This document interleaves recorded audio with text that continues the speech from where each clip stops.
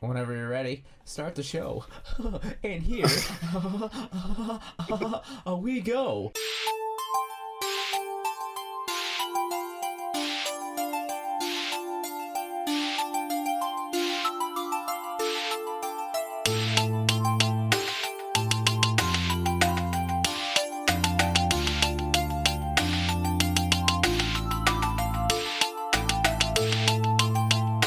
This is the Jacket Off Podcast, episode 23, Turbo Edition, Street Fighter 4 Turbo Edition. This is the ultra condensed version of the podcast due to time constraints.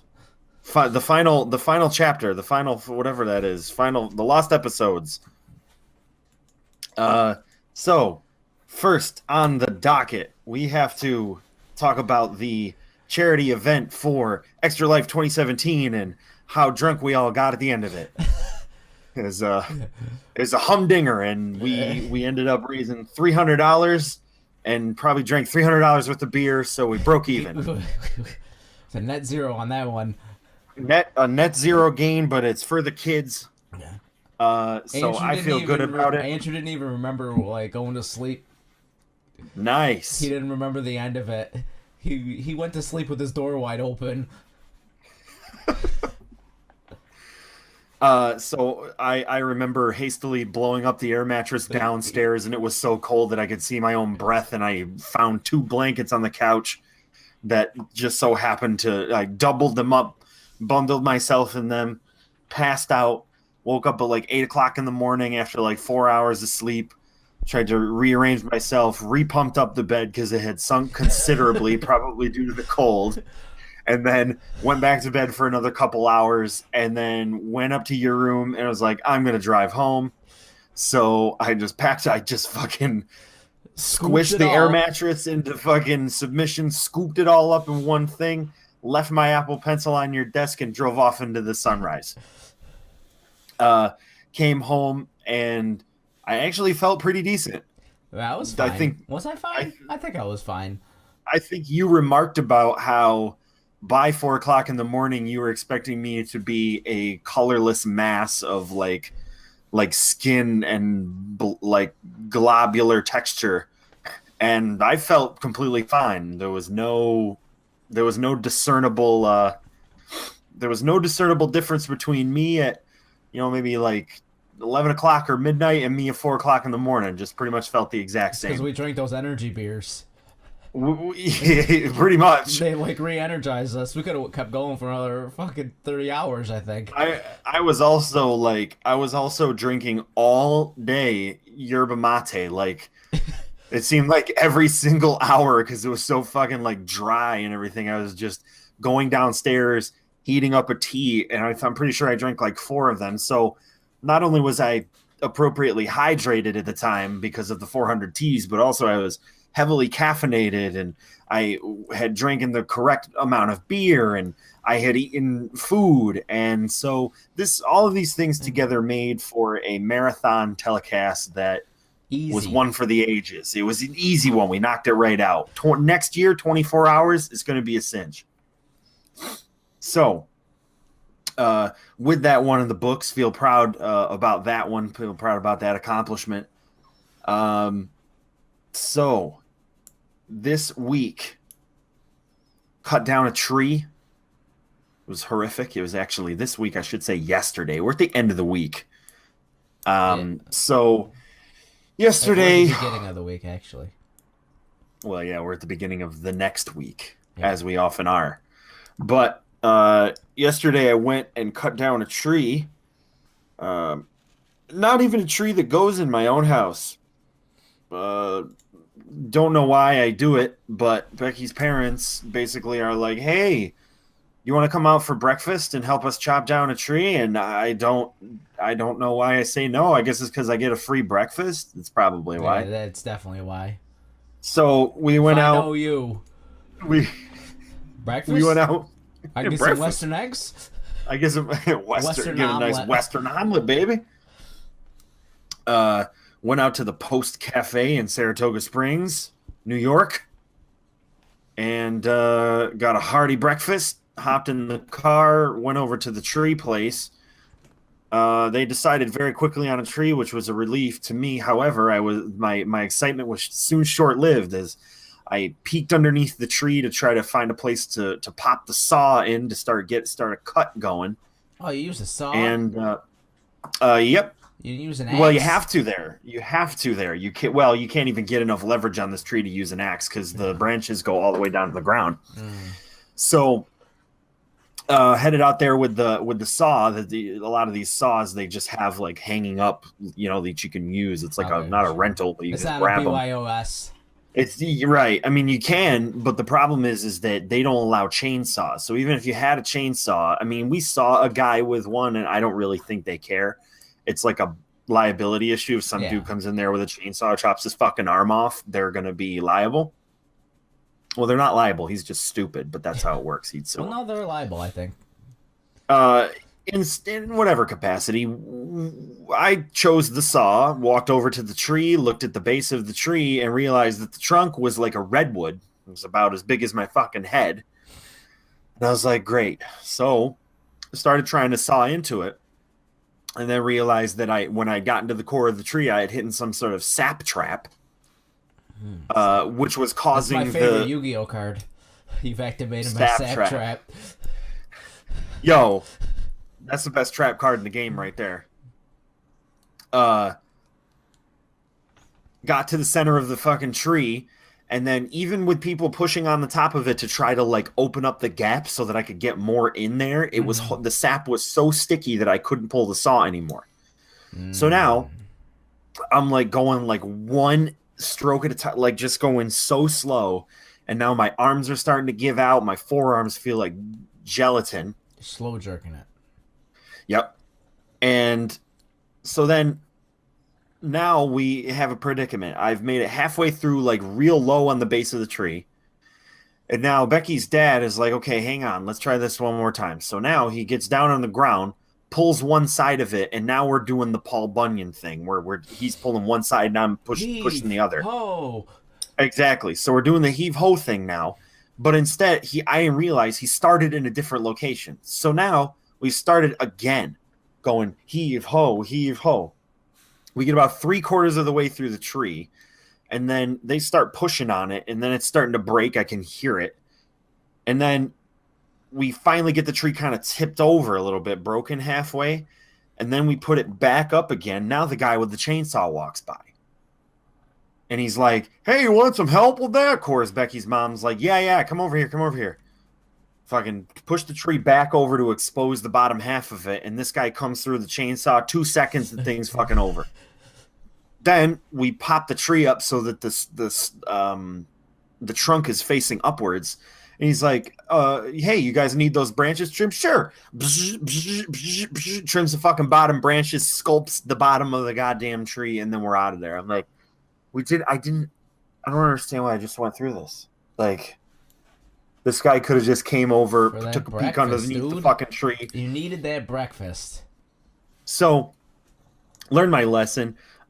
Never doing that again unless I have some sort of electric hand saw, recip, some bullshit that I can take out there with me. Next year. It's all just part of my sacred duty to do the shit that people don't want to do, Dylan. It's really a remarkable thing that I do in my life. So nice of you. Speaking of remarkable things, the Infinity War trailer just came out, or at least it did come out. Looked at it today, 76 million views on YouTube. Probably broke a record for the trailer that was viewed the most in the first day ever being posted on YouTube. I'm sure. What are your thoughts on Infinity War, if any? Iron Man's gonna die. You think Iron Man's gonna die? Yep. You don't think it's gonna be Vision like everybody says it's gonna be because Thanos is gonna rip the stone out of his dome? That's what some people are saying. There's got to be Vision because he's got the last stone. Well, yeah, or one of the last stones. That makes sense, but okay, so Iron Man will die in part 2. That could be, and now what they're saying is it's not even going to be part 2. No, because they said the Ross. What are the brothers' names? Ross or something. Yeah, Ross brothers. Yeah. I just saw a thing on YouTube. I don't know if it was the Funhouse Movie Podcast or something like that I was watching. They're saying that now, and they're trying to keep it under wraps, that they are going to not do part two, and it's going to be named something else. The theory, the very loose theory right now, is that they're trying to find some licensing that's going to change the path of the movie. And whether that's like X-Men or Silver Surfer or something like that, they're saying that they're going to change it. I don't know where that all came from. I just heard it on the podcast. So that's developing news as we speak. I guess it would make sense that there wasn't a part two. In what way? In that, like, what's the point of doing a part two? It's like the comic book movies. There's never, I guess, like, well, that's not true because there was Civil War part two. Like, well, it's not like they weren't going to do the part two. I think they were they up until a certain point, it was definitely going to be a part two. I mean, in 2014, Marvel put out Disney put out the MCU timeline, and part 1 and 2 were on there pretty much on track up until this point. Yeah, but if it's what I'm more saying is that it doesn't have to be called part 2. No, yeah, I mean it could still follow the same line. It could be like Infinity. What was this? Infinity War, right? Yeah. It could just be like, I don't know, just something else that, yeah, I don't know. Marvel Infinity War: The Reckoning. Yeah. The Reckoning, WRECKONING, the Reckoning. You know, that old chestnut. So, I didn't really. That, I mean, I actually just watched Civil War last weekend. I didn't even think I saw it. No, I didn't see it. How was it? On Netflix, you're like, oh, it's a fucking Marvel movie. So at a certain point, they're all the same. What one do you think up until this point, maybe in the more current generation, I would say probably past like Iron Man 2 or 3, what do you think is the one that probably out of the franchises, the most exemplary in terms of it being a little bit more out of the norm for Marvel? Like I was thinking about this the other day, like there's like a million movies. What do you think is like one of the best ones that ever came out of it? Oh, either Guardians or Doctor Strange. I feel like Doctor Strange. I really liked Thor, the first one. I thought that was pretty good. Never saw the second one, but I also haven't seen Ragnarok yet. But I enjoyed it. But at the same time, if you go back and watch it, it's literally the same as every fucking Marvel movie. Yeah, I think to me, watching Doctor Strange in the current generation of it, and this is only from probably a personal appeal type of perspective. The mysticism part of it, to me, is probably what sets it apart from pretty much every other one. That part's cool. And then they introduce an awesome bad guy that is dead by the end of the movie. And you're just like, yeah, wow, this is another fucking pointless character in Marvel's long string of pointless fucking characters that have absolutely... I mean, it's a lot of mythology to condense. But still...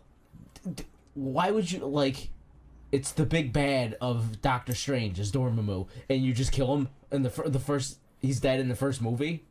Yeah, would you have wanted to do a Doctor Strange 2 where it's sort of like where he's down on the ground at the end of the movie and then fucking opens one eye and then it's like, bam, bam, bam, like that type of shit?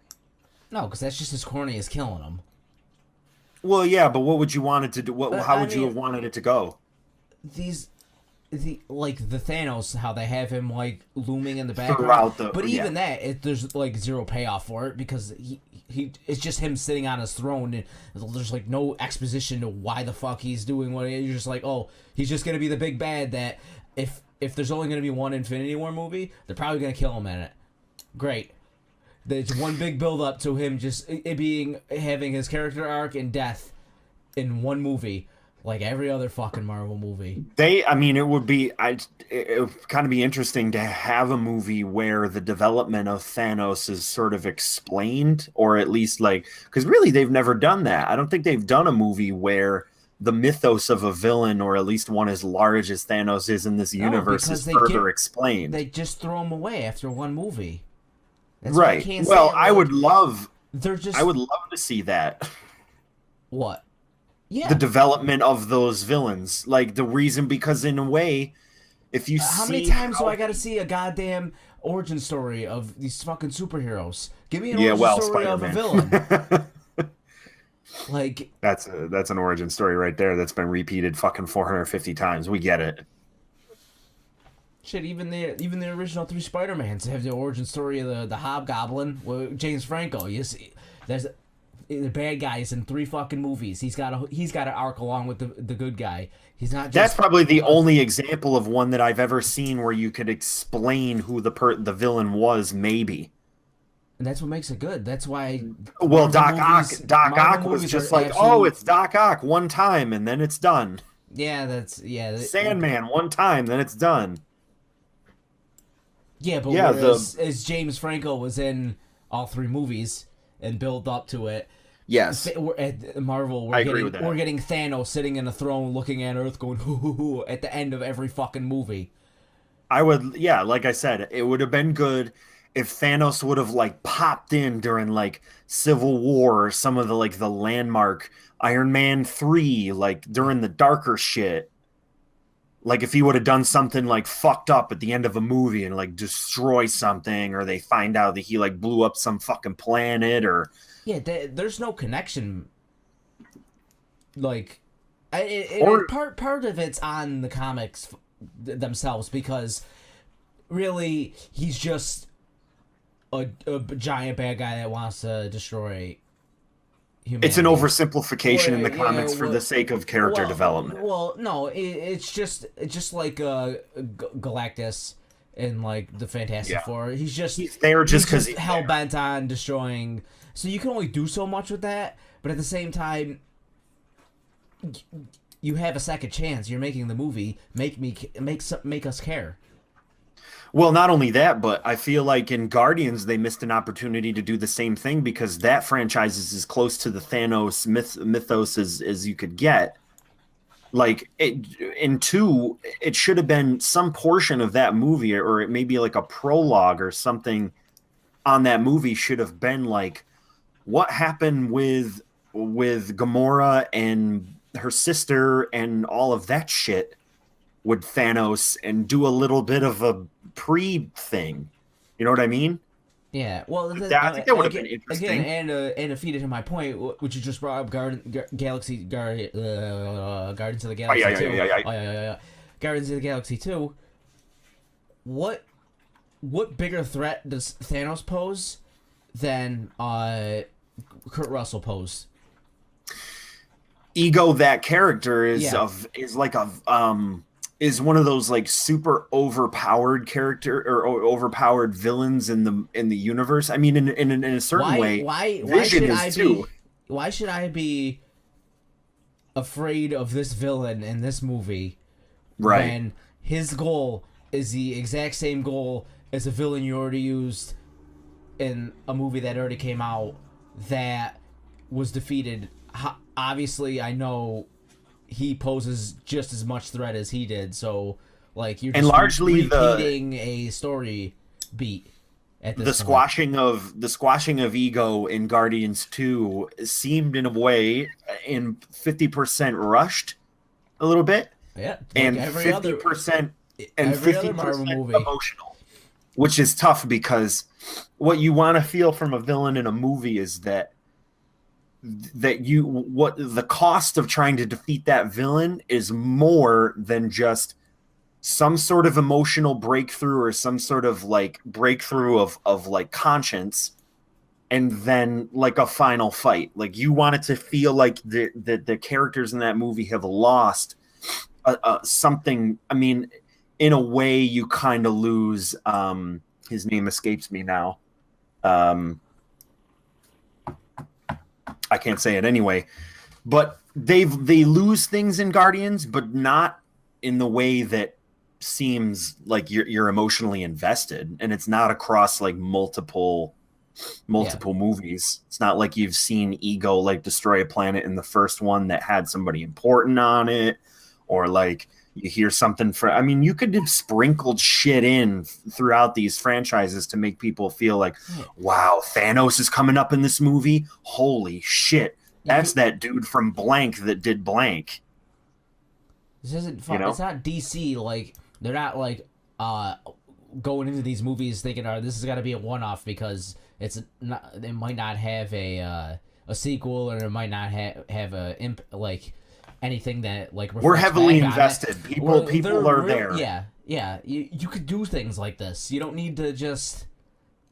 Well, in a way, what they were trying to make a point of on that movie podcast about the franchise as a whole and all of these connecting factors is that Marvel, in one credit though, has done a good job with taking the first, 5 or 6 movies and setting up a lot of story-driven stuff.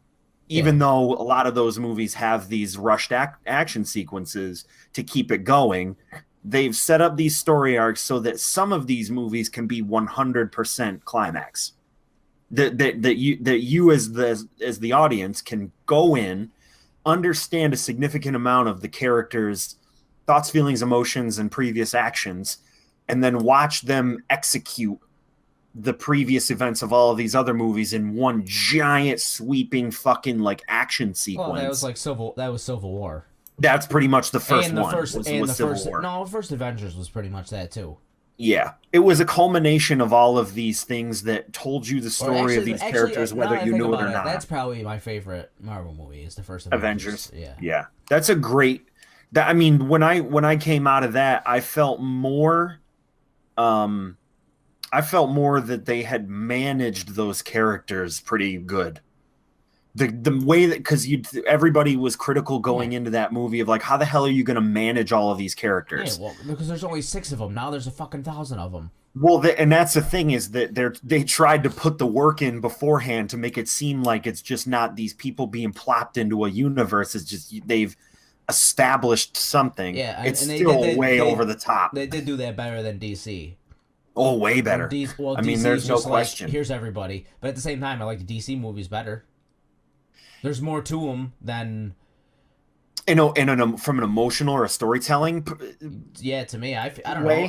Yeah, because I don't know. Just the way when I watch a DC movie, I'm actually invested in it. It's not like it's on in the background.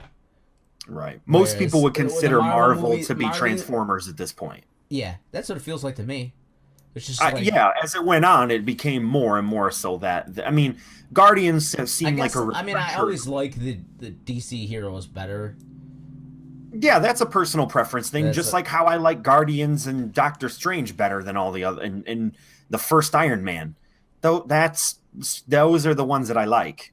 That's just because I happen to consider the secondary characters in the Marvel universe to be more engaging because there's more mysticism, more comedy. I tend to lean on the edge of like where a movie is like almost alternative in scope. Yeah, that's again why Guardians and Strange appeared better to me. But I mean, even Becky liked Doctor Strange. I brought Becky to see Doctor Strange, and she was actually very like attracted to the idea of that movie from the trailer. It being very like world bending and sort of like Inception-y, and there's the mysticism aspect. There was a lot of cool aspects to that movie about that stuff.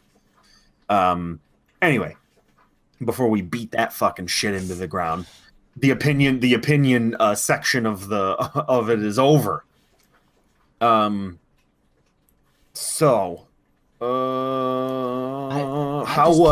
can't see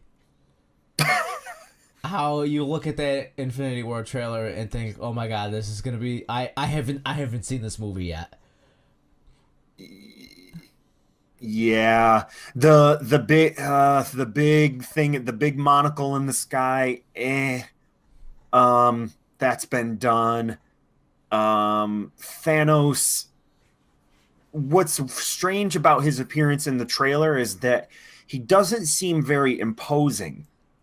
There's an uncanny valley aspect to it that I think diminishes the value of his appearance in the trailer, because you just get the sense that he's not this, like, I think Galactus probably to me feels a little bit more scary Dormammu seems a little scary too. I think they're scarier than Thanos. The scale of them probably has a lot Yeah. to do with that. The fact that he holds up the gauntlet and it's just got the two stones in it, pretty cool. You know, that's neat. It sort of gives you a little bit of an idea, but at the same time, it's like that's a guy that doesn't have a lot of power. You're not even fully powered right now. Why am I supposed to be afraid of you? Well, there's that. I mean, I wish in the trailer maybe they had shown a brief section of where if he got both stones in the thing, some fucked up thing happens where it's just like blah, and he's like some sort of like benevolent force. But you don't get that. You get the guy walking up and punching Spider-Man in the face, like. You know, cool. That doesn't seem very good. I'm pretty sure Captain America beat the shit out of Spider-Man in Civil War too. there isn't much hyperbole to that or like a like grandiose. It's not very grandiose. There was, you know, just doesn't seem like the trailer was portraying that very much. Yeah. Anyway, and that's just what that's just what I thought. Like. You've seen this before. It doesn't mean that I might not be curious about watching it.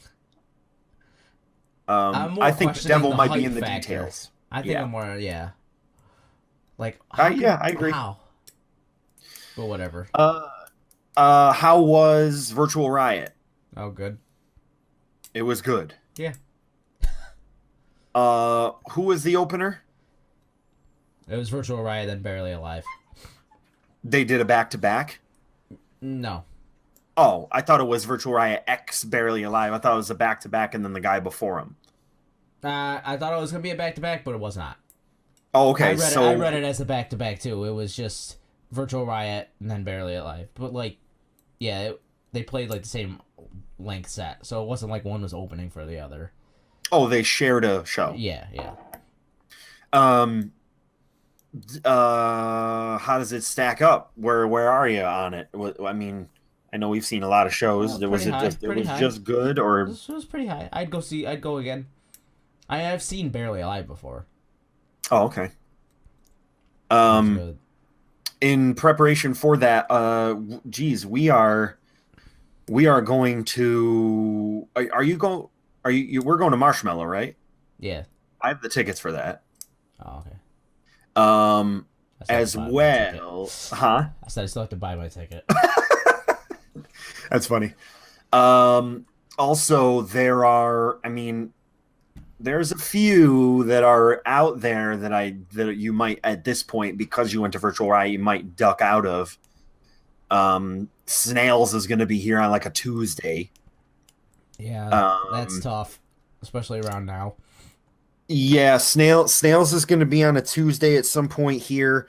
Towards the spring, we're going to be opening up the summer with a couple of smaller ones. I think like Keizo, I think, is going to be in there somewhere. Yeah, I saw that in like March.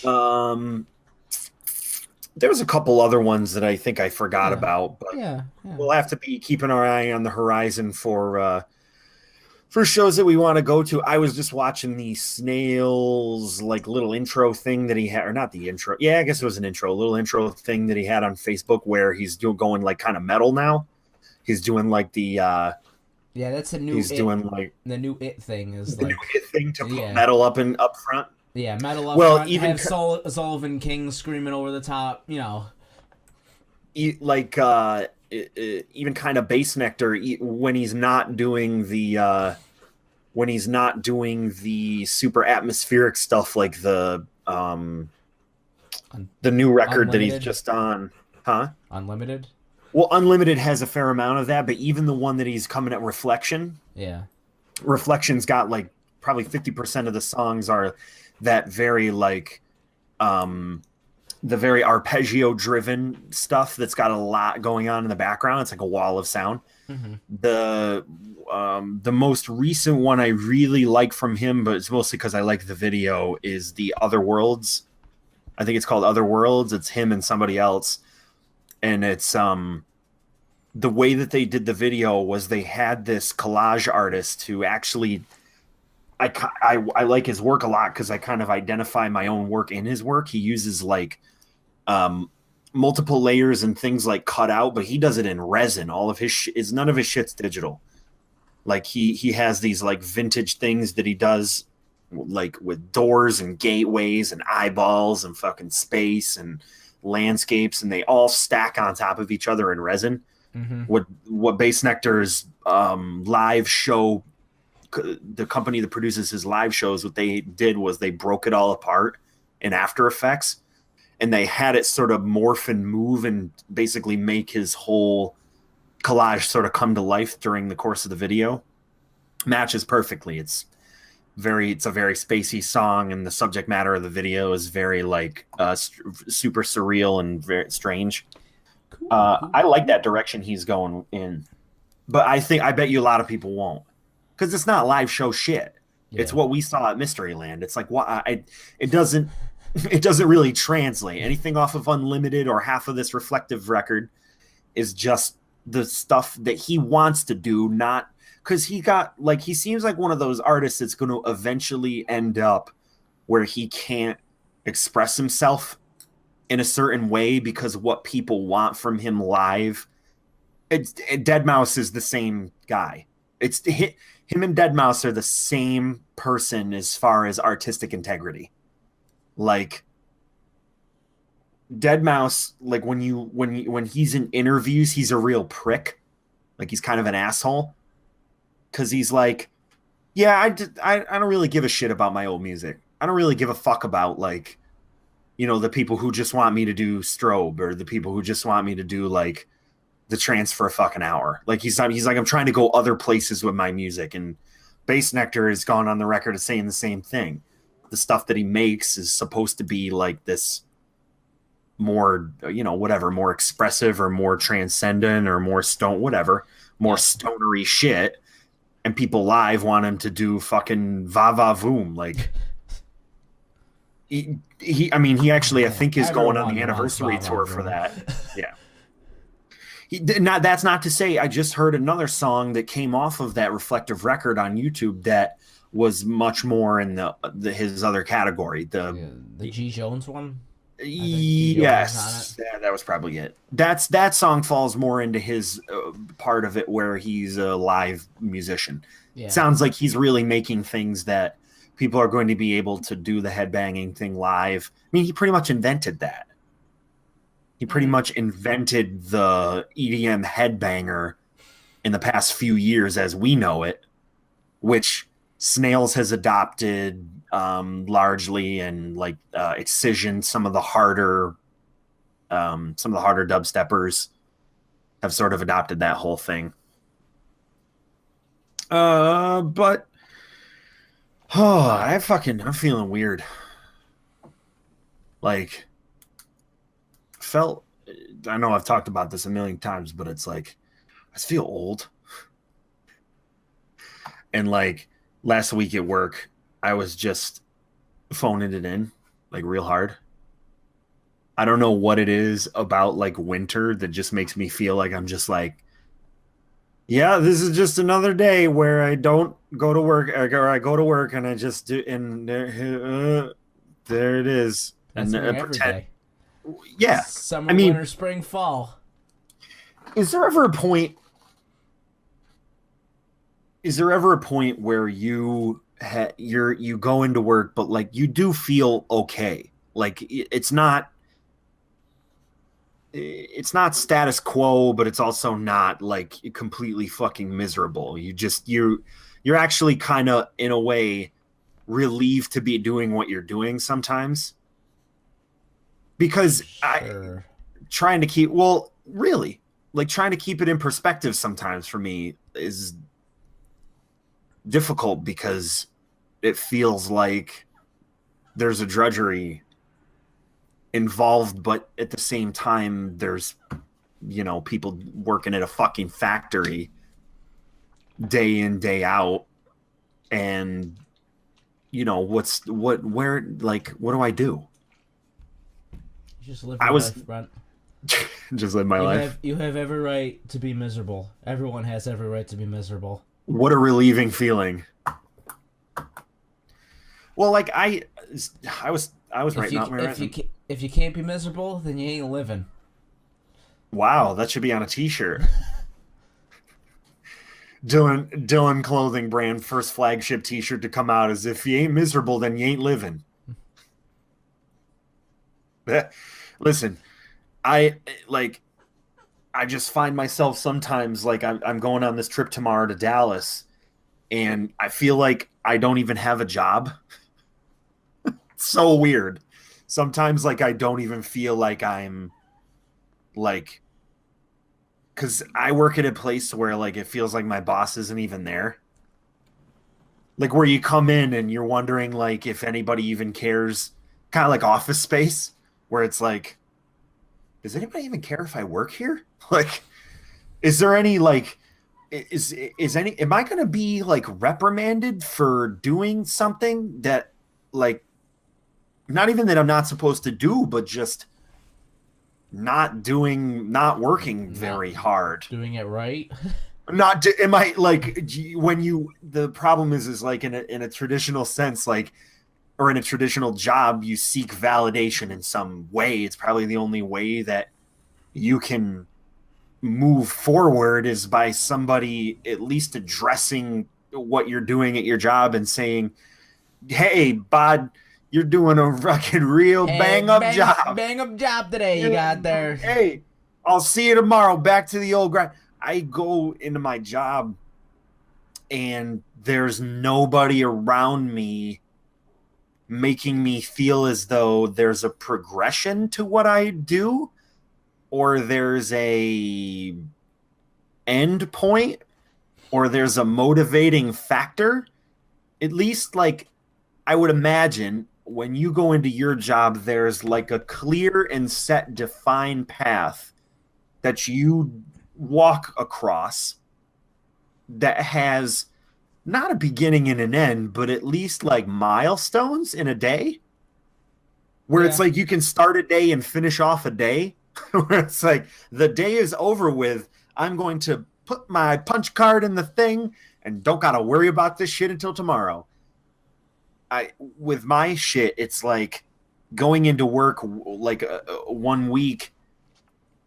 I just don't know if I've completed a day or not. By walking out the door, I'm just like, did I do my job today? I have no idea. Are there any repercussions for me not completing certain tasks that half of them I set out for myself? I don't even like, I just do it because it feels right. This feels like something we should have. Maybe I should make it. I don't know if that's why like you work there, Brent. It felt like a fucking blessing at the beginning. You're a go-getter, and they know that they don't have to. They don't have to hold your fucking hand through life. You know what you're doing, and you're gonna do it right. I guess the minimal amount to which I complete that task is enough for them to just be like, all right, we're not going to bother you, because at a certain point you're going to drive yourself so crazy with mediocrity that you're just going to start doing something, and hopefully that's what we want. It's like, let's just let him sweat a while until he starts making stuff. Like, just let him go through this like weird cycle of not knowing if he's even working at a job and just slacking off and doing nothing or whatever he's doing. And then eventually he'll get to the point where he feels guilty, and then he'll just keep going. He'll start up again and be like, yeah, maybe I should start doing something again so that I feel like I'm, worthwhile as a person. before they catch on. Which is anybody ever going to do that? No. I'm sure there are people fucking at jobs all over the world that are just on Reddit all day. Oh, yeah. I mean, I've seen threads on Reddit while I'm working of people who are like, confirmed, I'm viewing this from my office right now. They haven't given me working days. It's like, it just feels, it feels like I'm the only person. It feels like I'm the only person sometimes at my job who's just like, what is all this really for? Everybody else seems to be like very and I'm just like, is anybody gonna is there any rules or that I'm not getting or understanding? Hey, did you just get yourself a library card and sit in the philosophy section for a fucking whole week straight or something, Brent? And it's like how Jim Carrey. It's like how Jim Nier Carrey. Automata? Like, It's like how Jim Carrey started acting before they released this like new biography movie on Netflix about him becoming Andy Kaufman for that one movie. Like I watched a bunch of clips of him, and he was on like the red. I was like, I've never identified with him more at this point than right now. He was on the red carpet, and some woman came up to him to interview him from some rag or something. She's like, "So I forget what award show it is, but walking down the red carpet, she comes up to him. So Jim, what's your next movie coming out, and how are you feeling right now?" And it's just some fucking arbitrary question he's probably heard like a million times. And he's like, you know what? I don't really know how I feel, to be honest with you. What does this all mean? What does life mean? The fact that you just asked me that, how does that benefit you?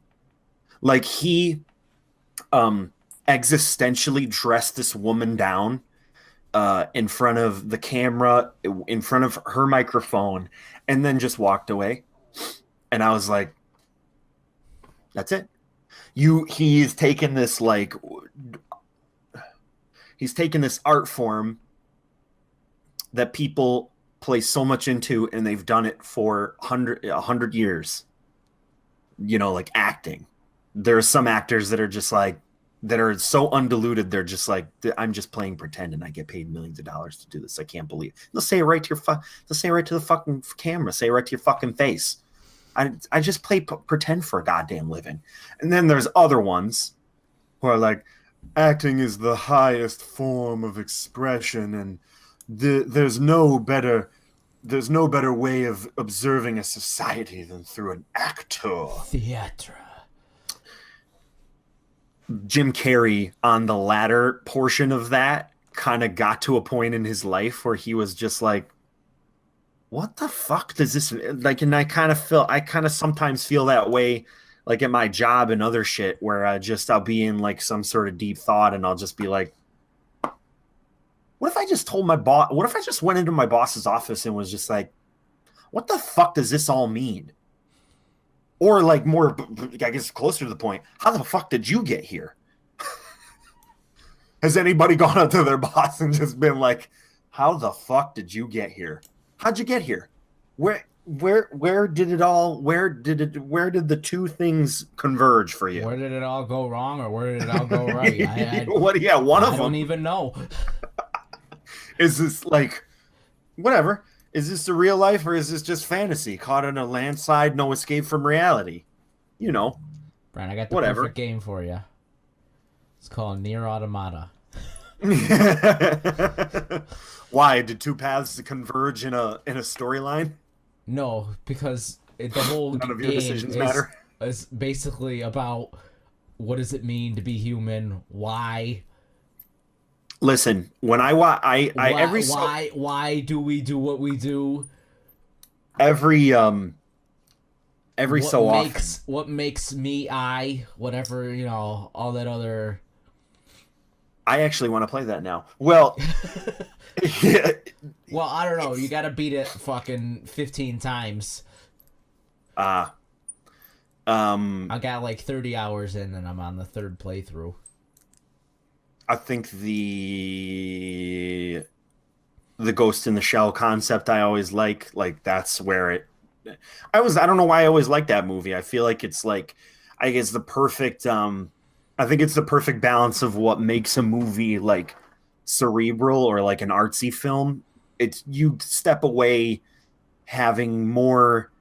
You don't step away with either a feeling of supreme, like, optimism, but you also don't step away with a feeling of severe sadness. You sort of just step away with a more balanced look at something. That's probably more effective than anything that any actor could delude themselves into thinking they're telling you.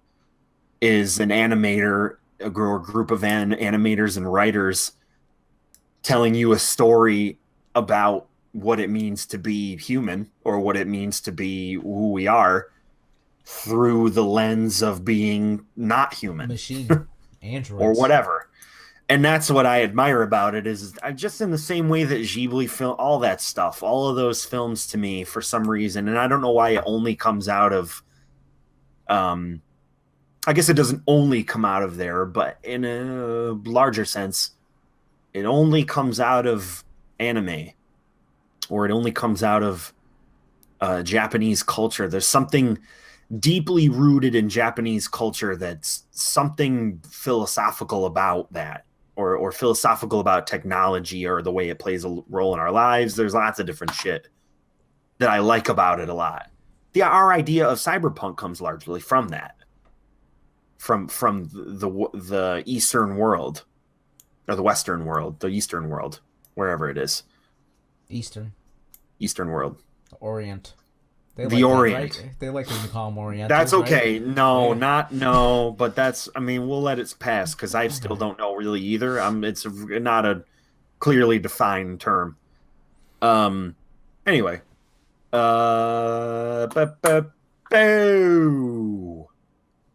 I don't know how I got off on that. You play any good games lately? Ooh, Confucius say you play any good games lately.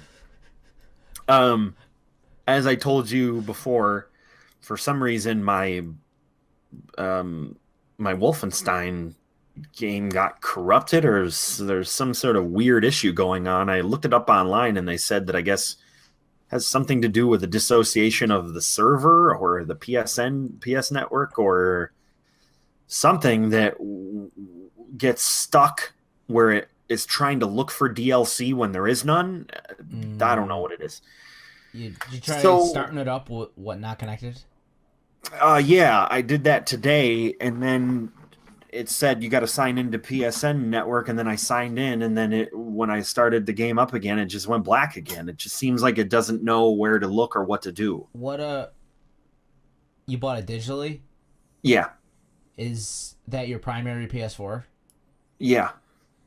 So just disconnect it from the network and try to start it up and see what it does. Well, I deleted it. Or delete it and reinstall it.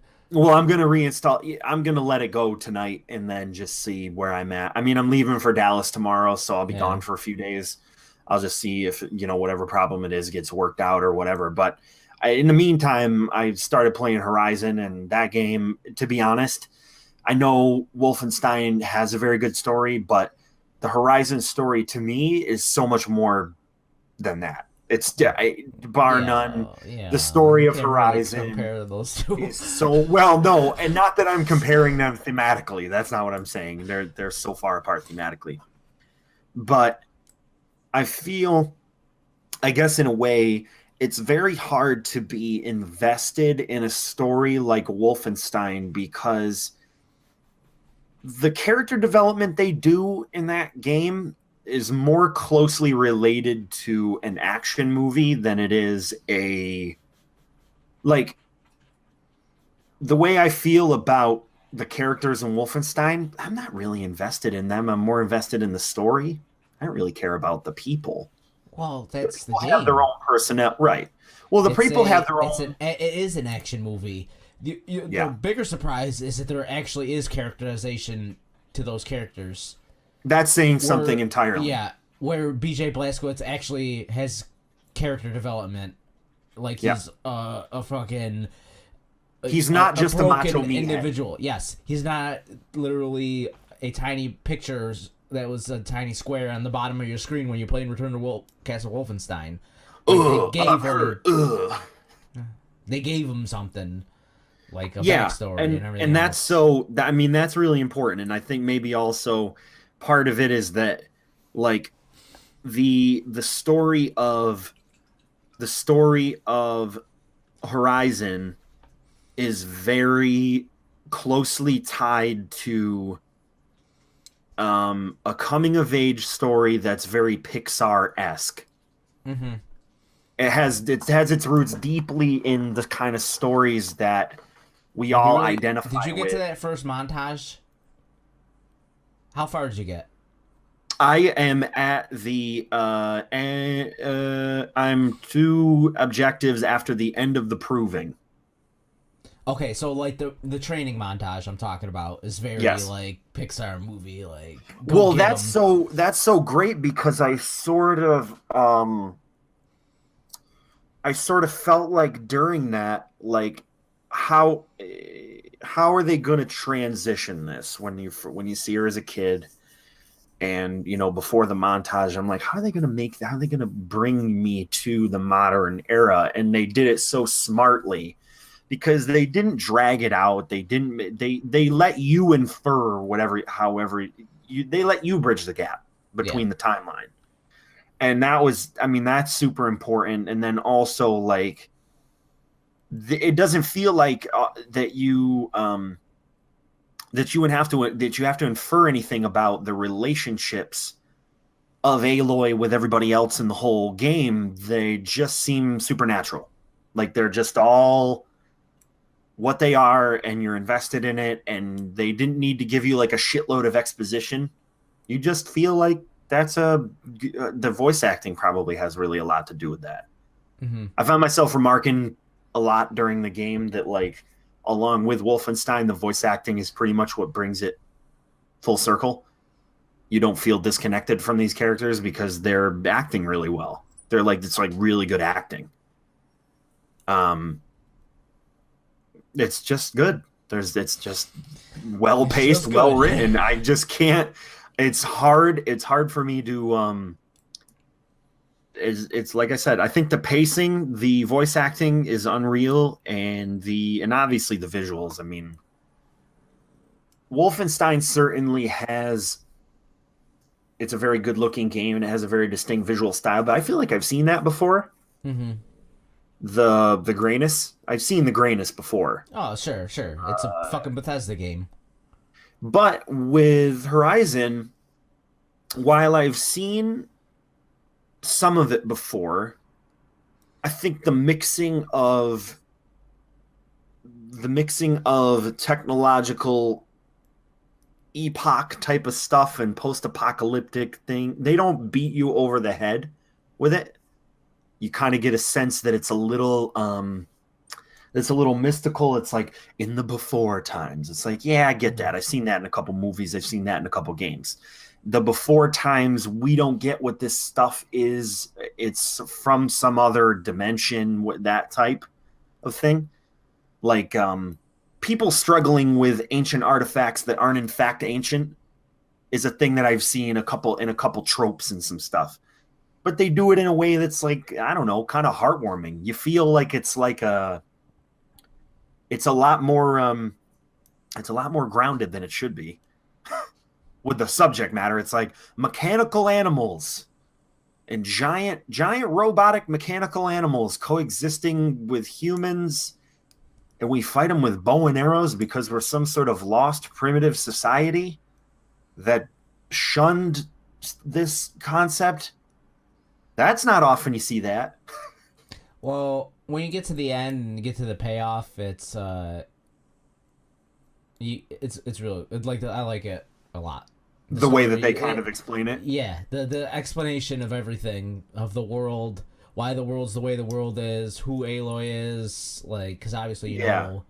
Because obviously at this point, the first milestone of you starting to see how these characters interact in this world, and also what your objective is started when she isn't recognized by the tribe, the portal, the mother, who that entity, yeah, that all. And but then that's when you realize in your head, like, all this is these people afraid of this big computer lady, or that this thing that they don't understand. It's really just a deity, but it's so much less than that, because this woman clearly is seeing through the facade of all this. It's just like, no, don't step onto the holy altar. It's a fucking it's a retinal scanner. Like, we cannot explain why she cannot see. The mother did not. It's like, it's Siri. Siri wasn't able to recognize you when you looked at your phone. Oh no. Now you have to go through this mystic discovery of yourself to figure out why the computer can't look at you. Oh no. Just put a hat on. Yeah, so how about you? You said you ran through a fucking hot trial of Dead Cells the other day. I had some. Okay, so I popped on T Swift's Reputation because it's finally on streaming services. Go check it out. It's real good, beginning to end. I actually really like it, but that's besides the point. And I was just doing some Dead Cells runs. Maybe one of the first roguelike games that I'm actually kind of into.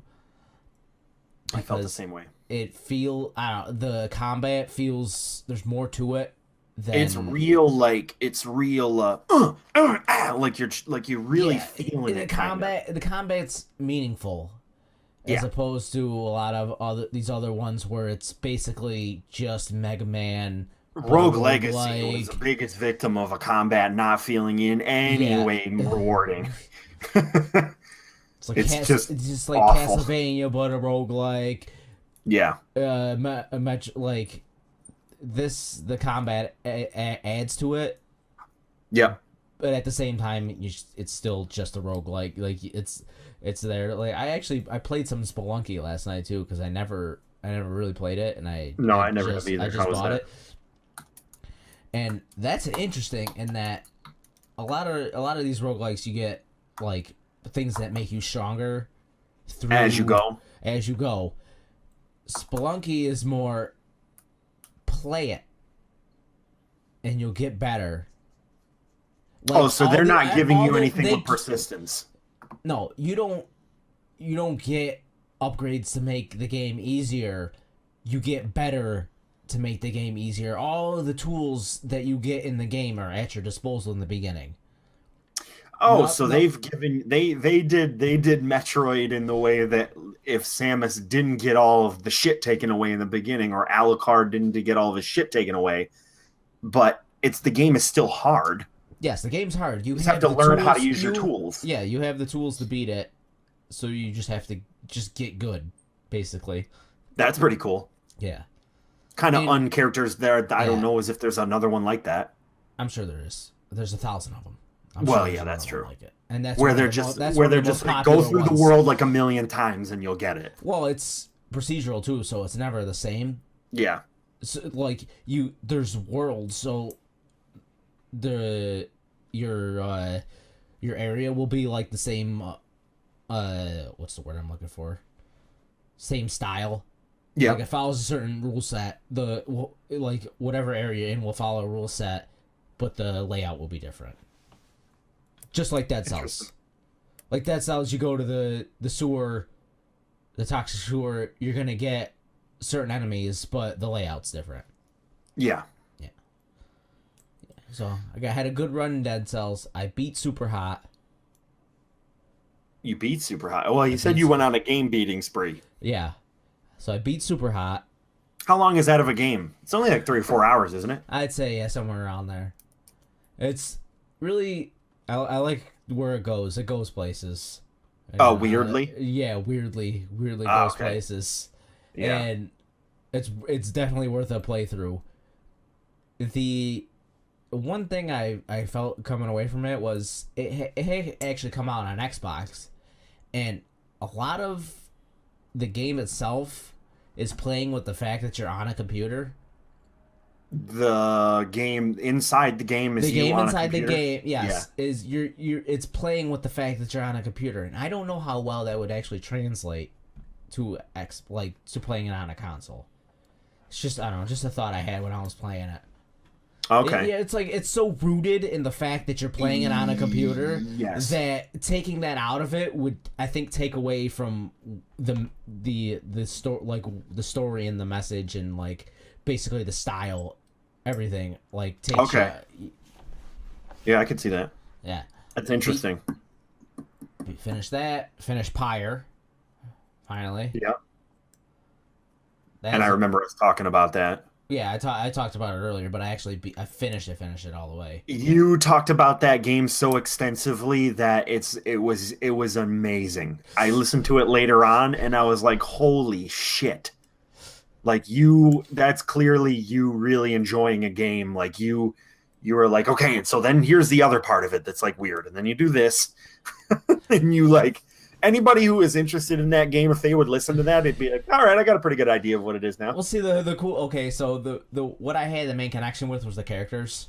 Yeah, and like, so I told you that you basically you set them free, and you end up at the end where if you play all the liberation rites perfectly, there'll be two people left that can't be liberated. It's just the way the story plays out to where like the stars do whatever, all this other all this backstory stuff that leaves you with these two people. So like I'm like sitting here making choices, sitting at the fucking computer, like who do I want to let go? Who's staying here? Like, why would I choose this person over this person? Do I feel like they would? It's such a unique thing to have happen while you're playing a game. So after the whole story's over, there's like a screen, and it's all the characters in the game. Basically, all the main characters from the opposing teams, like all the the leaders and stuff. And then all your characters that you followed, and you click on them, and there's a little story blurb of what happened to them, like if they were like set free, like a certain you get a certain outcome in. Yeah, like an epilogue. Yeah, you get an epilogue for every character. Yeah. So I thought that was pretty cool. So basically, you spend like a half hour just reading what happened to everyone. It's like the end of like Ferris Bueller's Day Off. It's like. Ferris went on to. Oh, exactly. Except it's fucking every character in the game. That's crazy. So it's got a cool payoff at that. I suggest playing that if you ever have the time. You know. Yeah, I actually, funnily enough, it was one of those things that they had offer on that NVIDIA GeForce, that GeForce, whatever the fuck it was called now, GeForce Now. I was floored by the fact that. Not only today, just to test it, I jumped into a round of PUBG immediately. There's no install. All of the games that they have are hosted on the machine that you're logging into. So when you install PUBG, it's just there. And when you click play, it loads you into your own Steam profile in your own game. And you play it on a machine that's just on a rack server somewhere. Huh. And what it does is it just runs your controller input and your mouse or whatever it is, your mouse and keyboard input or your controller input through, and then it adjusts for latency and sends you back a 1080p stream of it. So basically what you're doing is you're playing the game on a high-powered machine that's then just streaming it back to you at 1080p 60 or whatever, however what your internet can support. I was playing around on that on wireless. I wasn't even through Ethernet. I just wanted to see how far I could go. It's pretty nuts. And it definitely helps to have a high DPI mouse, which is good. That's one part of it. Having a high DPI mouse is crucial because there's a little bit of a mouse lag, but I didn't even get that when I got like about 2 minutes into the game. Nothing. You caught up with it. You got the feel for it, basically. Yeah, and it wasn't even that I had to really adjust. I was in it. I've never gotten 9 before. The most I ever got was 13, and I did it on a fucking server somewhere in Burbank or something. That was one of the craziest rounds I ever played. I bet you I could have even gotten farther had I been able to get out of my car if it wasn't going too fast. I thought I was going slow enough to where I could dump myself out of the car and get behind it. You can't dump yourself at anything. So like almost stopped. I didn't come to like a complete dead stop. I got out of the car dead, and then it was like 8 immediately. I was like number 9, and then the second one died, and then it was like 6. It went so fast because we were I was right in the center. I was on a hill. Somebody started shooting at me. My health went down to about a quarter. I tried to dump out of the car so that I could duck behind the car, try to bandage myself or first aid myself a couple times. And then I just died. I was so mad because I was like, I could have gotten to maybe like number 5. Yeah. Because I looted this guy who had like, I couldn't even believe the shit this guy had. I almost felt bad. I shot he pulls up in a Dacia. I shoot him once as he's pulling up. Then I move to the other window. He gets out of the car, walks by the window. I headshot him immediately. I just twitched. I was like, oh my God, I didn't even believe I killed him. It was a funny round. It would have been funny if we were all playing it. Which we should do when I get back. Oh yeah, I'm down. Next weekend. We should do a big round next weekend at some point. Also, this is the other thing. I think it's set in stone. I mean, I don't know. I'll have to see what happens, but I have like 6 days of vacation time left before I lose it. I don't even know what's going to happen to it. I'm just using it. 18. I think it's like the 18 through the 22nd. It's not going to make a difference for you. I'll be around that week to maybe hang out, maybe do some shit. Yeah. But, and one last game I beat.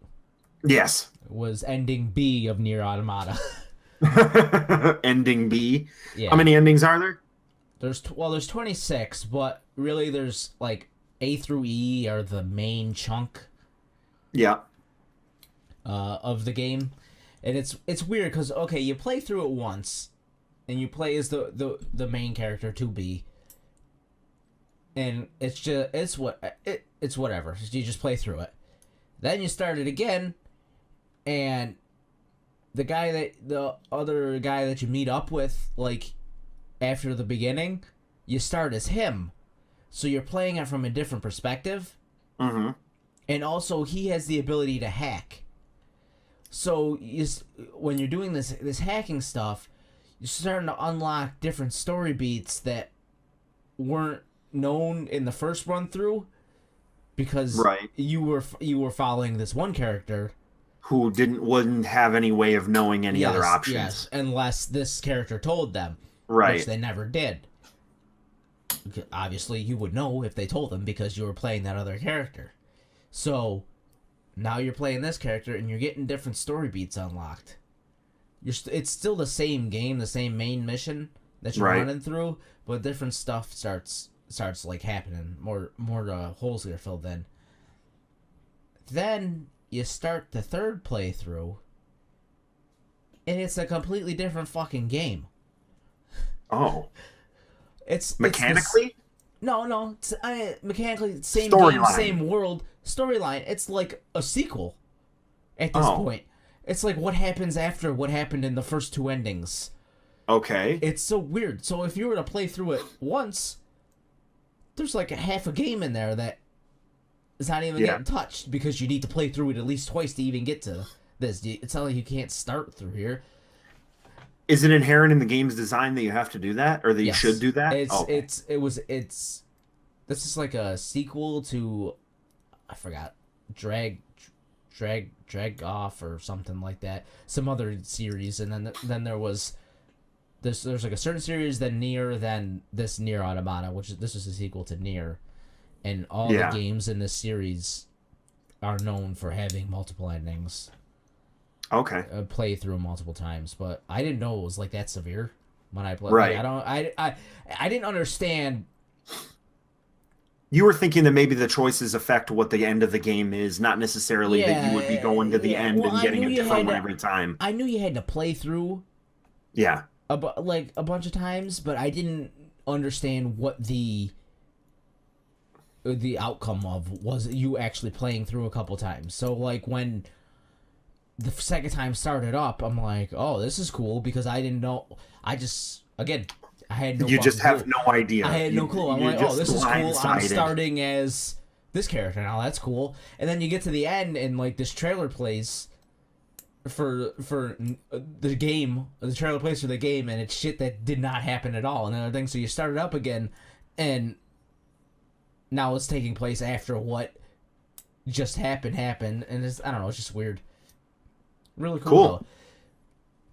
I don't know if I would suggest that you play it. What style is it? Is it a rail shoot or a stick shooter? No. So it's Platinum Games. So it's gonna be your character action, like hack and slash, dash, like isometric type, fast moving. Yeah. Behind the back character action.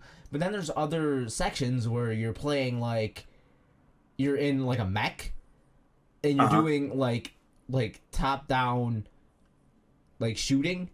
like Galaga style fucking shooting enemies, and then like there's like a side view, and you're doing like mech shooting like Defender style like bullshit.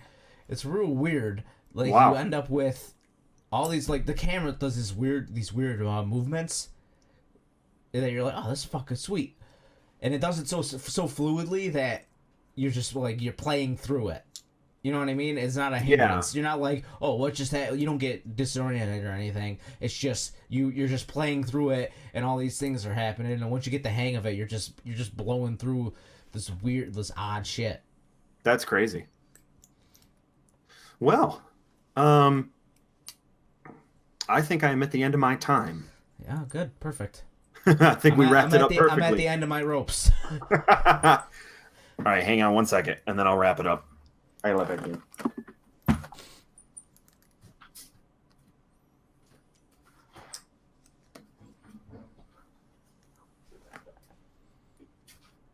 You're good. I know. I'm just gonna wrap it up right now. Wrap it up. Wrap it up. Wrap it up, B. All right. Wrap it up, B. I am going to wrap it up. So, remember, the audio versions of this podcast are available below the video. iTunes, Stitcher, SoundCloud, all of those other album is Cast available on Crunch. Spotify. Free promotion for a person that doesn't need it, also available below. So remember, you can't always be a failed corruption of Wolfenstein. Sometimes you just got to play Horizon. That is the Jack It Off podcast. Whip, I'm out.